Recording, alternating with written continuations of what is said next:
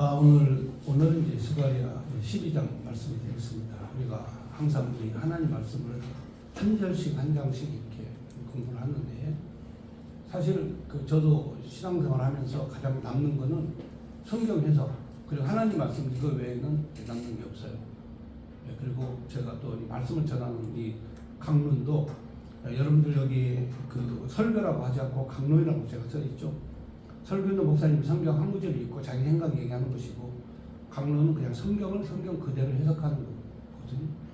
그러니까 여러분들이 이 성경 해석에 신중하게 하면 여러분들 후손 대대, 여러분 자손 대대에 하나님 말씀을 가르칠 수 있는 그런 능력이 생겨요.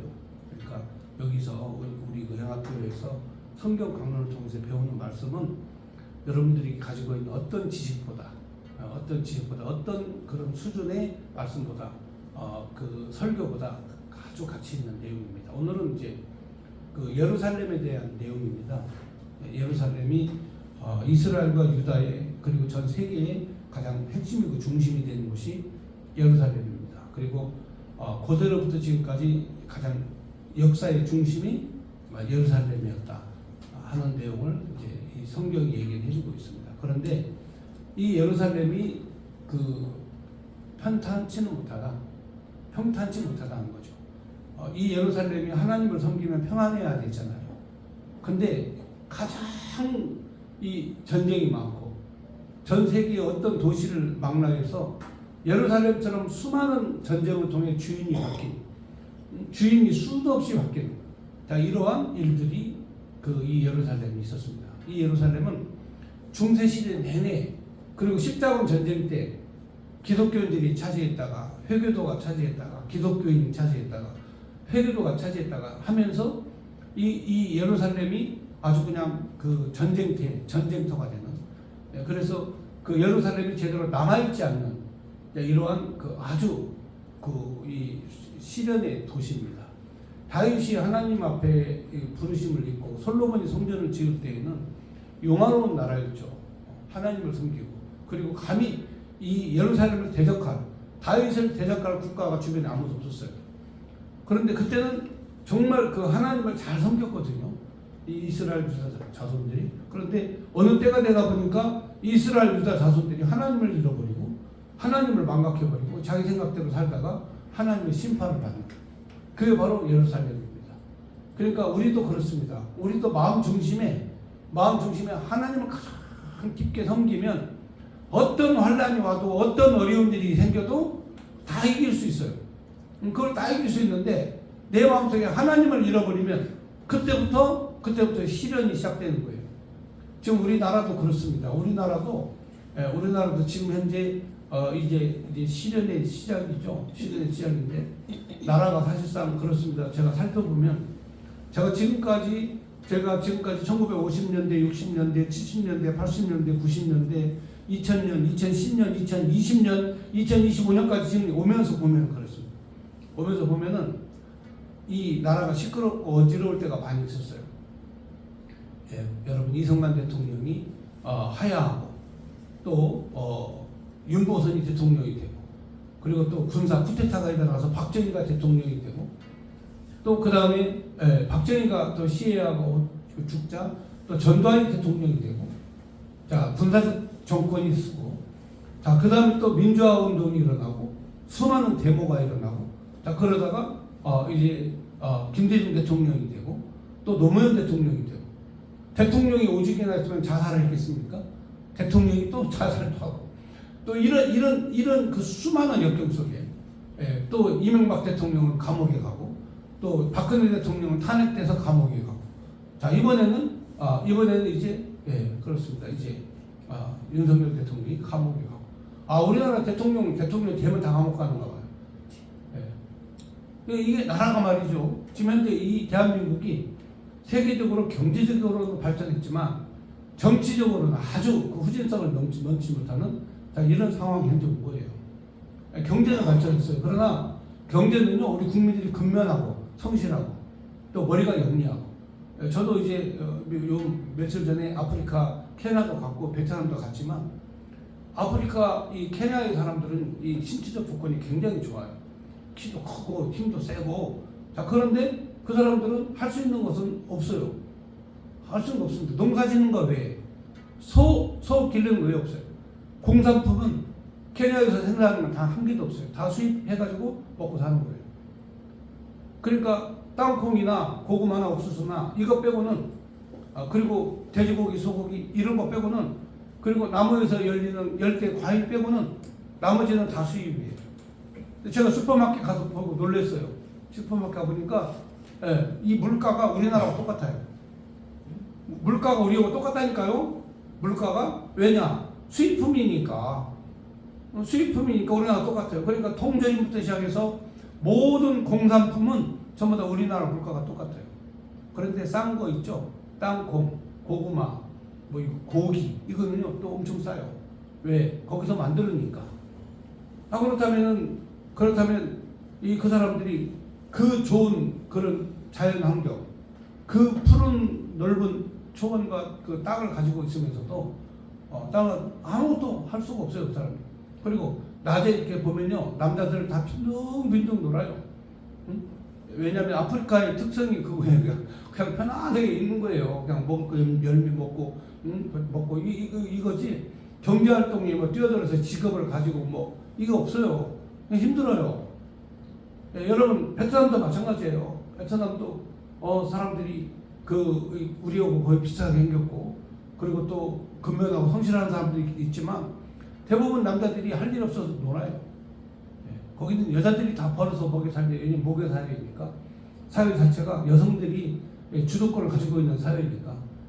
그러니까 이거 뭐 우리나라 같은 경우는 정말 가난한 그런 분토 더미에서 우리가 일어나가지고 이렇게 세계적으로 부자로 잘 사는 나라가 된 거는 우리 국민이 이 노력을 잘하고 또 어려움 극복을 위해서 정말 성실하게 노력하고 근면하고, 지금도 뭐 나이가 80이 됐는데도 막 사업을 하고 막 어떻게든지 정말 돈을 이 경제적 활동을 하고. 전 장로님 보면 기적 같아요. 이렇게 식사하시는 것부터 청년도 똑같이 하고 생각도 똑같이 하고, 나이 80인데도 뭐 그냥 눈 하나 끔찍없이 그냥 경제 활동을 하잖아요. 근데 거기는 나이 50만 넘고 60만 되면 할아버지 취급받아가지고 아무것도 안 시켜요. 아무것도 안 해요. 예. 그러니까 우리나라가 경제적으로 잘 살 수밖에 없는 그런 그 배경은 지혜롭고 근면하고 성실하고 열심히 일하고. 그리고 그 나라 가보면 이렇게 보면은 에어컨이 있죠. 에어컨 보면 밖에 실외기가 있어요. 실외기가 있는데 보면 전부 다 LG 아니면 삼성이야. 아프리카에도, 베트남에도 얼마만큼 우리나라가 이런 전자제품을 만들어서 수출하는지. 공항에 가서도요, 제일 좋은 TV는 삼성 TV. 제일 좋은 TV는 큰 TV는 다 삼성으로 되어 있어. 그러니까 우리나라 경제력이라고 하는 게 그야말로 세계적이다. 저는 이렇게 봅니다. 자, 그렇다면 이렇게 우리나라가 잘 살고 있는데 한 가지 안 되는 게 바로 정치입니다. 정치가 안 되면 국민들이 고통을 당하죠. 그래서 지금 현재 이 대통령이 탄핵이 됐다. 가만히 생각해 보니까 여러분들 여러 가지로 이유가 있겠습니다만은 이 하나에서 열까지 모든 그런 그 사람을 인신을 구속하는 것은 굉장히 신중하게 해야 되는데, 대통령까지도 그냥 감옥에 집어넣는 정도 되면 정말 그 우리나라는 지금 매우 심각한 그런 그 문제가 있다 하는 거죠. 그 뭐냐? 그게 바로 이념입니다. 이념. 우리나라는 정말 이념이 문제예요. 그냥 평범하게 서로 사이좋게 잘 지내면 되는데 이념이 다르면 적이 돼요. 적이. 그러니까 우리나라는 지금 현재 이념 전쟁을 하는 거예요. 이게 정말 우리를 불행하게 만드는 거죠. 부부 사이에도 이념이 달라가지고 달라서 맨날 싸우고, 형제가 나오도 이념이 달라가지고 싸우고, 교회 안에서도 성도들 간에서도 이념이 달라가지고 싸우고. 이게 우리나라가 따져서 보면 개판이 된 거예요. 이념 문제 때문에. 그리고 대통령도 어떻게 한번 생각해 보세요. 대통령이 능력 있는 건지 무능력한 건지 어리석은 건지 지혜가 있는 건지 나는 아직까지 판단이 안 돼요. 그러나 한 가지 잘 된 것은 있어요. 한 가지 잘 된 거는 대통령이 체포되고 구속영장으로 감옥에 가고 그러면 그럴수록 국민들이 깨어난다는 거죠. 대통령이 어리석다, 대통령이 잘못했다, 그게 아니라 지금 현재 이념적으로 봤을 때 좌파들에게 문제가 있다. 그래서 똘똘 뭉쳐가지고 지지율이 올라가죠. 제가 볼 때는 그렇습니다. 이런 상태가 되면 어차피 대통령은 감옥까지 간 상태에서는 헌법재판소에서 승리할 수 없습니다. 왜냐하면 우리나라는 사법체계, 경찰, 검사 이런 모든 사법체계와 입법기관, 이 모든 기관들이 지금 현재 다 이 좌파들이 작용화된 이데올로기가 장악을 해버렸어요. 좌파 이데올로기가 장악하기 때문에 어떻게 방법이 없어요. 제가 볼 때는 공정한 판결이 이루어지지 않아. 체포영장 발부될 때부터, 탄핵될 때부터, 그리고 헌법재판소에서 대통령 탄핵하는 탄핵 심판 절차 자체도 제가 볼 때는 이미 끝난 겁니다. 그렇다면 마지막 하나, 모든 권력은 국민으로부터 나온다. 그게 우리나라 대한민국 헌법 제1조 1항이 대한민국의 모든 권력은 국민에게로부터 나온다. 이거죠. 그러니까 국민이 깨면 끝나는 거예요. 국민이 깨어 있어서 올바른 선택하면 또다시 그렇게 불행한 나라를 만들지는 않아요. 대통령 하나야 감옥에 가서 자기가 그만큼 책임을 짓고 희생양이 되어서 희생이 된다 할지라도 국민이 깨어 있으면 돼요. 그래서 제가 볼 때는 그렇습니다. 이 메시아의 예언의 내용이 바로 그겁니다. 메시아적 예언이라는 게 뭐냐? 메시아는 예수가 십자가에서 희생되어 죽으심으로 말미암아 모든 만민의 죄를 사하여 구원한다. 이게 바로 메시아적 예언이거든요. 그러니까 누군가가 희생이 되어질 때 그 희생으로 말미암아서 백성들이 평화롭고 행복하게 살아가는 그러한 세상을 만들어가는 게 바로 그리스도 예수의 십자가의 사건이거든요. 그렇습니다. 누군가 한 명이 희생을 하면 국민들이 깨어나면 그만큼 가치가 있는 거죠. 영웅이 되는 거죠. 그렇지 않습니까? 여러분 나라가 어려워졌을 때 이 적들과 외적과 싸워서 승리를 연전연승 백전백승을 한 이순신 장군의 정신을 보면 그렇습니다. 내가 살고자 하면 죽을 것이고 너희가 죽고자 하면 살 것이다라고 하는 내용을 이 자기 그 부하들에게 얘기하면서 결국은 자기 자신도 노량 해전에서 적탄에 맞아 죽었지 않습니까? 그래서 우리는 이순신을 영웅 이순신이라고 하지 않고 성웅 이순신이라고 하는 거죠. 왜? 나라를 구했기 때문에. 자기의 죽음을 통해 그런 지혜로운 통찰력을 통해서 나라를 구한 거죠. 사실 그렇습니다. 감옥에 가서 있어도 그러나 그게 그 사건으로 말미암아서 국민이 깨어나면 영웅이 되는 거예요. 그게 바로 메시아적 예언의 내용과 같은 겁니다. 그렇기 때문에 우리가 지금 현재 저도 아침에 일어나서 이제 어제 밤부터 잠이 안 와가지고 잠이 안 와가지고 저희 보고 잠을 새벽 4시 되니까 나한테 와가지고 목사님 구속됐어요. 나보다 먼저 나도 계속 이게 확인하고 하다가 구속됐다고 하더라고요. 그래서 그러냐고. 이때부터는 편히 자자. 구속됐으니까 이제는 자자 하고 편히 잤죠. 근데도 뭐 잠이 옵니까? 아무튼 여러분들 지금부터는 편하게 생각하고 사셔야 돼요. 왜? 하나님의 역사는 우리가 인간이 거스를 수가 없어요. 하나님이 하시는 일이니까. 오늘 스가랴 12장의 내용도 그래요. 하나님이 예루살렘을 영화롭게 하나님께서 만들어 놓으셨어요. 다윗왕 시대 때는 다윗왕이 예루살렘을 세웠는데 이 예루살렘을 대적할 자가 아무도 없었어요. 왜? 하나님이 지키고 하나님의 날개 아래 보호하시니까 그 어느 누구도 예루살렘을 해할 수가 없었어요. 그래 그때는 왜 그러느냐? 여호와는 나의 목자시니 내게 부족함이 없다. 그러면서 여호와께서 나를 이끌어 가십니다. 그가 나를 항상 푸른 초장을 인도하시고 실만한 물가를 인도하십니다. 주님의 지팡이와 막대기가 나를 지키신다. 내가 비록 사망의 음침한 골짜기를 가도 주님의 지팡이, 주님의 막대기가 나를 지키고 안위하신다.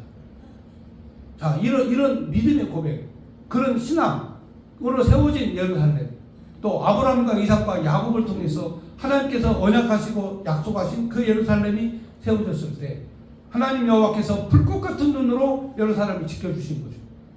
지금 우리 대한민국도 하나님께서 불꽃 같은 눈으로 현재 지켜주고 계시니까 우리가 이렇게 예배를 드리고 기독교가 이렇게 서 있는 거죠. 그런데 지금 이 한국 기독교가 말이죠. 우리 기독교가 이게 지금 현재 이게 제대로 된 것인지, 불의가 성행을 해도 목회자들이 입 다물고 가만히 있고, 나라가 지금 현재 이념적인 전쟁에 빠지고 국민들이 갈등을 일으키는데도 교회는 아무렇지도 않고 침묵하고 있고 도리어 갈등을 부추기고 있고. 여러분, 이런 교회를 하나님이 과연 지키시겠습니까? 이런 나라를 하나님이 지금 지켜주시겠어요? 난 그래서 이게 지금 현재 우리가 우리 민족이 지금 앞으로 미래가 어떻게 될 것이냐, 매우 심각한 상태에 있다. 그래서 스가랴서의 내용을 보면 하나님께서 예루살렘에 수많은 도적대들이 예루살렘 주변에 우글거리게 될 것이다. 아니나 다를까 이 다윗이 예루살렘을 세우고 지금까지 3,000년 동안 역사를 놓고 보면은 예루살렘은요, 주인이 수도 없이 바뀝니다. 예루살렘 도성은 수도 없이 주인이 바뀌어요. 자, 처음에는 역사적으로 놓고 보면 그렇습니다. 다윗이 세웠죠. 그런데 마지막 바벨론이 예루살렘을 쳐들어와서 바벨론 주인이 되죠. 그 다음에는 누가 주인이 되냐면 고레스 대왕이 파사 제국이 예루살렘의 주인이 되죠. 또 그 다음에는 누가 또 주인이 되냐면 알렉산더 헬라가 예루살렘 또 주인이 되죠. 그 다음에는 또 로마군이 또 쳐들어와가지고 로마가 또 예루살렘 주인이 되죠. 그리고 로마에서 예루살렘을 완전히 해체시켜버리죠. 예루살렘 주민들을 뿔뿔이 흩어버리고 유대인들을 거기 살지 못하도록 만들어버리고 세계로 다 흩어버리고, 그리고 대신에 이방인들이 예루살렘을 차지하게 하죠. 그때부터 2000년이 지난 시간 동안 예루살렘에 이방인들이 살았어요. 자, 그러고 보니까 이 기독교인들이 예루살렘은 거룩한 성지인데 이 성지를 탈환해야 되겠다 해가지고 일어난 게 십자군 운동이거든요. 그래서 십자군 운동이 바로 기독교인들이 이제 유대인들은 없어져 버렸고, 유대인들은 세계 만방에 뿔뿔이 흩어져 가지고 살고, 그 다음에 기독교인들이 또 군대를 몰고 와가지고 예루살렘을 또 점령을 하죠. 자, 그러고 보니까 예루살렘 뺏긴 회교도들, 그 주변에 이방인들은 또 안 되겠다, 우리 연합해가지고 다시 싸우자 해가지고 또 십자군 전쟁, 거기서 전쟁을 하죠. 예루살렘 주인이요, 십자군 전쟁 때마다 수도 없이 바뀌어요. 예루살렘 탈환했다가 다시 뺏었다가 거기에 기독교 왕국을 세웠다가 그 다음에 또 이슬람 왕국이 세워졌다가, 여러분 이런 내용이 반복하면서 예루살렘 거룩한 성전에 회교도들이 회당을 하죠. 황금사원이라고 회원을, 이건 우리 이슬람의 땅이다 해가지고 거기다가 성전이 있던, 유대교의 성전이 있던 그 자리를 허물어버리고 거기다가 회교도 황금사원을 지어놨어요. 지금 현재 그 자리, 성전이 있던 자리에 황금사원이 있어요. 자, 그러니까 스가랴가 예언한 내용들을 보면 수많은 대적들이 우글우글 거리는데 마지막에 하나님께서 예루살렘을 구원해 주실 것이다. 왜? 그 하나님의 약속의 땅이니까. 마지막에 약속의 땅.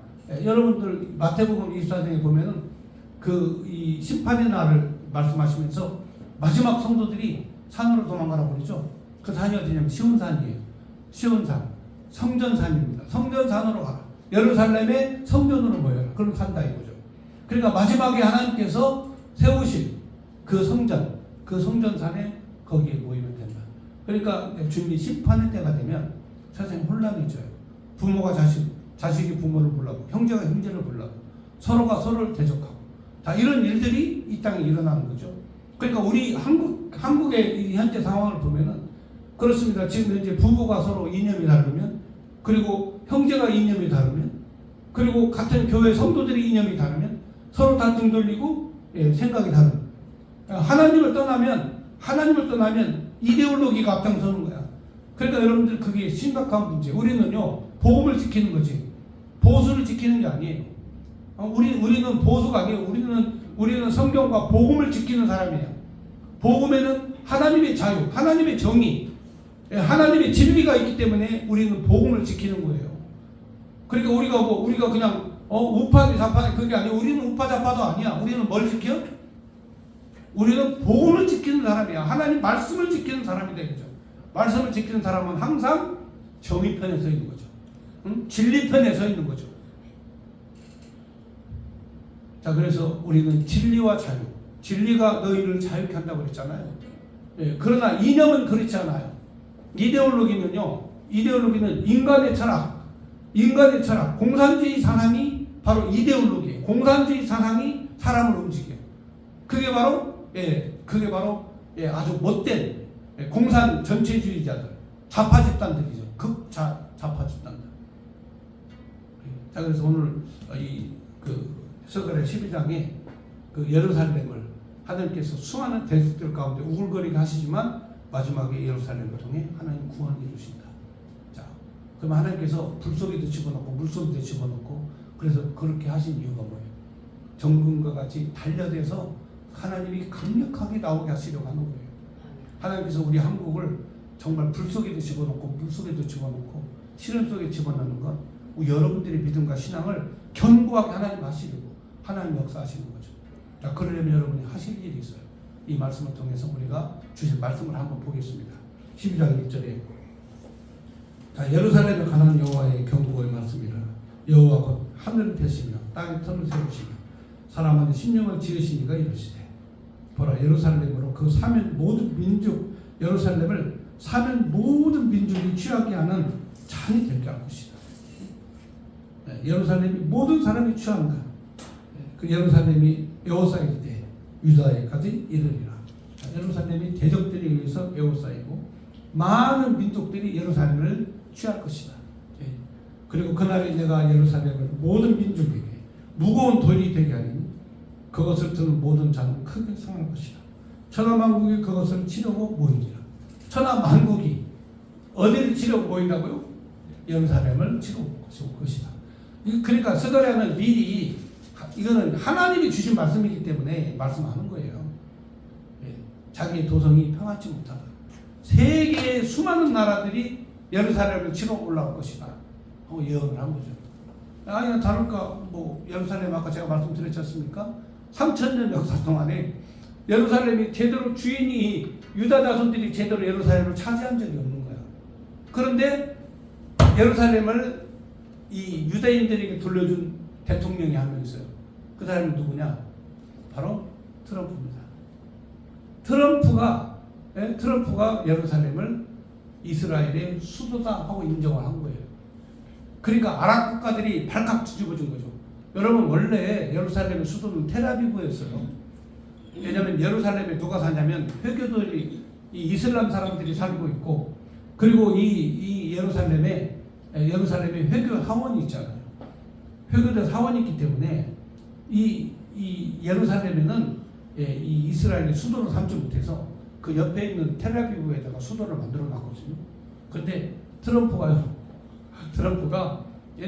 예루살렘 수도다 하고 인정을 해버린 거야. 가지고 이스라엘 사람들이 환호를 했죠. 뺏겼던 예루살렘을 다시 찾은 거야. 자신들의 수도로. 다윗이 세웠던 예루살렘을 3000년 뒤에 다시 찾은 거라니까. 2500년이 지난 그 다음에 이 예루살렘을 자신들의 수도로 찾은 거예요.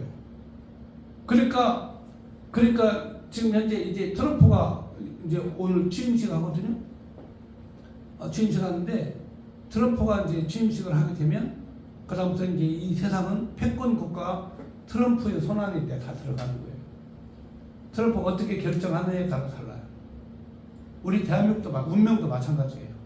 대한민국도 세계의 패권 국가 미국이 현재 잡고 있어요. 그러니까 그러니까 우리는 찬송 부르면서 진리 안에서 너 근심 걱정하지 말아라. 주님 우리를 지켜주신다. 이 믿음 안에서 우리가 살 수밖에는 방법이 없어요. 자, 그래서 이 예루살렘을 하나님이 어떻게 하시느냐. 4절에 보면 여호와가 말하노라 그날에 내가 모든 말을 쳐서 놀라게 하며 그 탄자를 쳐서 미치게 하되 유다 족속은 내가 돌보고 모든 민족의 말을 쳐서 눈이 멀게 하리. 자, 그날이 되면 심판의 그날이 오면 주변에 있는 모든 나라들은 하나님이 다 치시겠다. 그러나 예루살렘 유다 자손은 내가 지킨다. 유다의 우두머리들이 마음속에 이르기를 예루살렘 주민이 그들의 하나님 만드는 여호와로 말미암아 힘을 얻었다 할지라. 그날에 내가 유다 지도자들을 나무 가운데 화로 같게 하며 곡식단에 횃불 같게 하리니 그들이 그 좌우에 애워싼 모든 민족들을 불사할 것이요 예루살렘은 다시 그 본 곳 예루살렘에 살게 되리라. 하나님께서 예루살렘을 지키시고 보호하시겠다는 거죠. 하나님께서 지키신다. 그렇지 않으면 지킬 자가 없다는 거죠. 그러면서 여호와가 먼저 유다 장막을 구원하고 이는 이 유다 장막을 구원한다는 것은 이 아브라함과 이삭과 야곱을 통해 예언하셨지 않습니까? 그래서 유다 장막을 구원하고 이는 다윗의 집의 영광과 예루살렘 주인의 영광보다 유다보다 더하지 못하게 하려 합니다. 그러니까 결국은 하나님께서 유다를 구원하시고 하나님이 유다를 통해서 세계의 역사를 이끌어 가신다는 뜻이에요. 그래서 바로 이 그날이 됐을 때 오신 분이 누구예요? 유다 자손 예수 그리스도가 이 땅에 오신 거죠. 그래서 마태복음 1장에 아브라함과 다윗의 자손 예수 그리스도의 세계다. 그게 바로 그게 바로 유다 자손의 족보입니다. 유다의 족보. 참 놀랍죠. 놀라운 역사를 이루죠. 결국은 그렇습니다. 이 유다를 통해서 하나님이 구원을 이루십니다. 그래서 세계의 어떤 영광보다 다윗의 집과 유다의 영광보다 못하게 한다. 자, 그 다음 그날에 또 여호와가 예루살렘 진민을 보호하리니 그 중에 약한 자가 그날에 다윗 같겠고 그 다음에 다윗의 족속은 하나님 같고 여러분 이 내용이 얼마나 무섭냐면요. 여러분 그 다음에 유다 자손 중에 가장 어린 연약한 자가 다윗 왕과 같이 예루살렘을 세우고 그 다음에 그 주변을 통일하고 강력한 국가를 세웠던 다윗 왕 같이 하나님이 세운 것이고 그 다음에 또 그 다음에 약한 자는 그날에는 누구처럼 강해질 것이다? 다윗처럼 강해질 것이다. 또 다윗의 족속은 누구처럼 된다?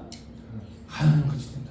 여러분 유대 이 스가랴가요 하나님 같이 된다고 얘기하는 이 정도 되면요, 여러분 이거는 큰일 날 일이죠. 어떻게 그 당시에 감히 하나님 이름을 한번 부르려면 하나님 이름을 부르는 것도 거룩하게 정결하게 이렇게 목욕하고, 그 다음에 세마포 옷으로 갈아입고, 그리고 대제사장이 성소에 들어가서 하나님, 아도나이 하나님 이렇게 부르거든요. 그러니까 아무나 하나님 이름 못 불러. 우리도 어렸을 때 아버지 이름 함부로 못 불렀어요. 학교 선생님이 이제 네 아버지 이름 누구냐고 물어봐야 되잖아. 그죠? 너 아버지 이름 누구야? 그러면 저희 아버지는 이자, 우자, 갑자를 씁니다. 이렇게 얘기하지. 우리 아버지 이름이 이우갑이에요. 이렇게 얘기하는 건 마저 죽어요.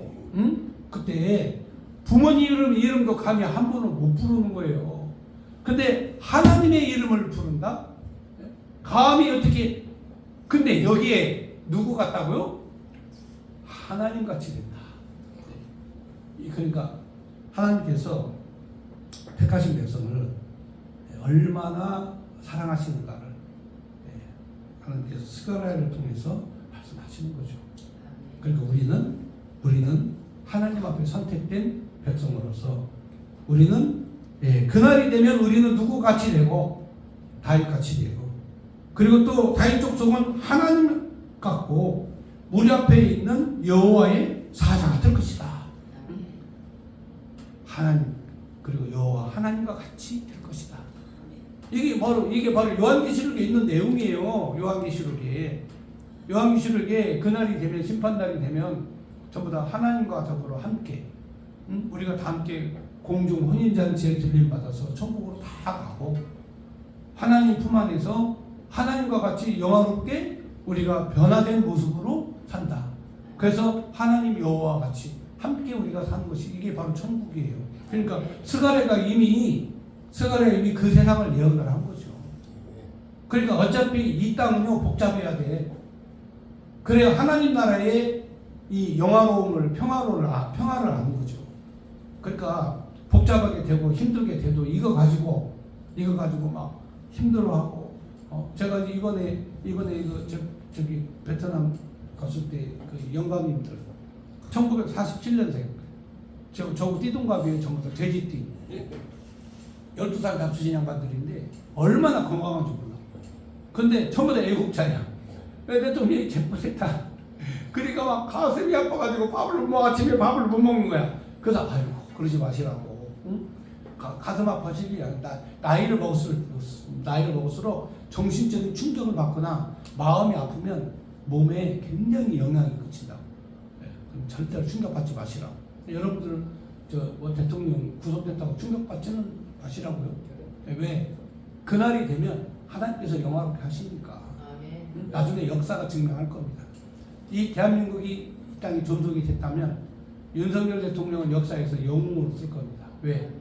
그가 한 말이, 그가 감옥에 간 이유가 공산주의 척결을 위해서 외치다가 감옥에 갔고, 공산주의 척결을 하다가 감옥에 가서 지금 현재 옥고를 치르고 있고, 공산주의를 물리치기 위해서 지금 현재 감옥에 간 거예요. 그 선언했잖아요. 공산 전체주의가 나라를 장악해서 현재 국가가 비상사태다. 이 선언하고 지금 감옥 간 거예요. 그러니까 나중에 자유민주주의 대한민국을 지키면 하나님께서 그를 영웅으로 만들 것이다. 자, 그 다음 그래서 하나님께서 그날이 되면 예루살렘 주민을 보호하시는데 약자, 그날에는 다윗 같고 다윗의 족속은 하나님 같고 우리 앞에 서 있는 여호와의 사자 같을 것이다. 예루살렘에서 치러 오는 이방 나라를 그날에 내가 멸하기를 진짜리라. 그때는 이제 하나님께서 사방에 예루살렘에 막 대적들이 오는데 그날이 되면 하나님께서 이 예루살렘을 지키실 것이다. 그러니까 마지막 환란 때가 되면 우리 어디로 가야 된다고요? 산으로 도망가야 돼요. 그 산이 어디라고요? 성산 예루살렘. 우리는 예루살렘으로 가야 산다. 네. 자, 그다음 내가 다윗의 집과 예루살렘 주민의 은총을 강구하는 신명을 부어주리. 그들이 그찌른 바 그를 바라보고 그를 위하여 애통하기를 독자를 위하여 애통하듯 그를 위하여 통곡하기를 장자를 위하여 통곡하리로다. 여러분, 여기 그렇습니다. 여기 보면 통곡이 나오죠. 찬송과 통곡은 같은 거예요. 통곡을 해야 뭐가 나와? 찬송이 나와. 찬송과 통곡은 같은 겁니다, 여러분. 애곡하고 애통하고 통곡하는 거나 하나님 찬송하는 거나 같은 거예요. 그래서 그날에 예루살렘에 큰 애통이 있으리니, 예루살렘에 큰 애통이 있으리니 무기또골짜기 하다드림몬에 있던 애통 같을 것이라. 무기또골짜기가 바로 뭐냐면, 그렇죠, 이 전쟁, 다윗과 또 이방인들의 전쟁, 또 사울과 블레셋의 전쟁, 이게 전부 다 무기또골짜기에서 이루어진 전쟁이거든요. 그래서 온 땅 각 족속이 따로 애통하되 다윗의 족속이 따로 하고 그들의 아내들도 따로 하고, 자, 다 따로따로 애통하게 될 것이다. 모든 남은 족속도 각기 따로따로 애통을 하게 될 것이다. 왜? 바로 그날이 되면 심판의 날이니까. 심판의 날에는 뭐가 있어요? 죽음이 있죠. 그렇지 않습니까? 심판의 날에 구원이 있고 죽음이 있고. 그리고 우리는 다윗의 자손이요, 예루살렘 족속이요, 그리고 선택된 유다 자손이요. 그러므로 우리는 심판의 그날에 하나님이 지키시지만 그렇지 않은 족속들은 애통이 있을 것이다. 통곡이 있을 것이다. 이 내용이에요. 그러니까 하나님께서 우리를 지키시는 그 거룩한, 우리를 보호하실 거룩한 성산에 함께 참여하는, 이게 복음이에요. 그래서 우리는 믿음과 신실한 믿음으로 나를 지키면 하나님께서 우리가 죽음을 맛보지 않고 하나님 나라에 간 사람들이 있죠. 누가 갔을까요? 모세가 죽음을 맛보지 않고, 모세의 시체는 없어요. 하나님께서 데려가셨어. 엘리야, 하나님께서 불병거로 하나님이 데려가셨어. 그 전에 하나님과 동행했던 에녹 하나님 통해 하나님 데려가셨어. 마지막에 요한계시록에 보면 호련히 하나님께서 우리 믿음의 성도들을 다 데려가신다고 그랬어. 이게 바로 복음이에요. 그러니까 환난 날에 우리가 믿음을 지키는 것이 가장 중요한 것이다. 그래서 지금부터는 믿음의 영적 싸움이야. 이제부터는 더 견고한 믿음 안에서 사는 거야. 사람 의지하지 말고, 대통령 의지하지 말고, 이제부터는 주님 의지하고 사는 것이 가장 중요한 것이다. 이 여자들이 가장 어리석은 게 하나가 있어요. 결혼하면 남편을 의지해. 가만히 보니까 그게 허당이거든요. 정신 똑바로 차려야 돼. 남편 절대로 믿을 거 못해. 저기나 여기나 절대로 믿을 거 못된다니까. 그렇게 살아야 현명해. 그러니까 사람 의지하지 마라. 견고하게 하나님께서 주신 말씀이다 하는 내용. 오늘 여기까지